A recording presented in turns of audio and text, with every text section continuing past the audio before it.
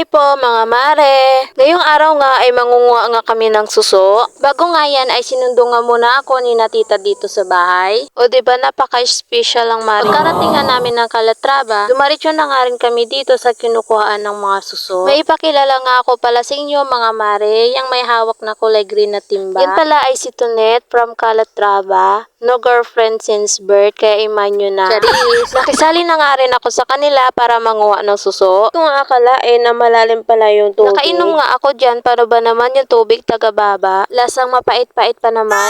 Feeling ko nga mga mare parang buwayan na kami dito na nakawala sa hawla. Charis! Ito na nga po mga mare yung nakuha namin mga suso.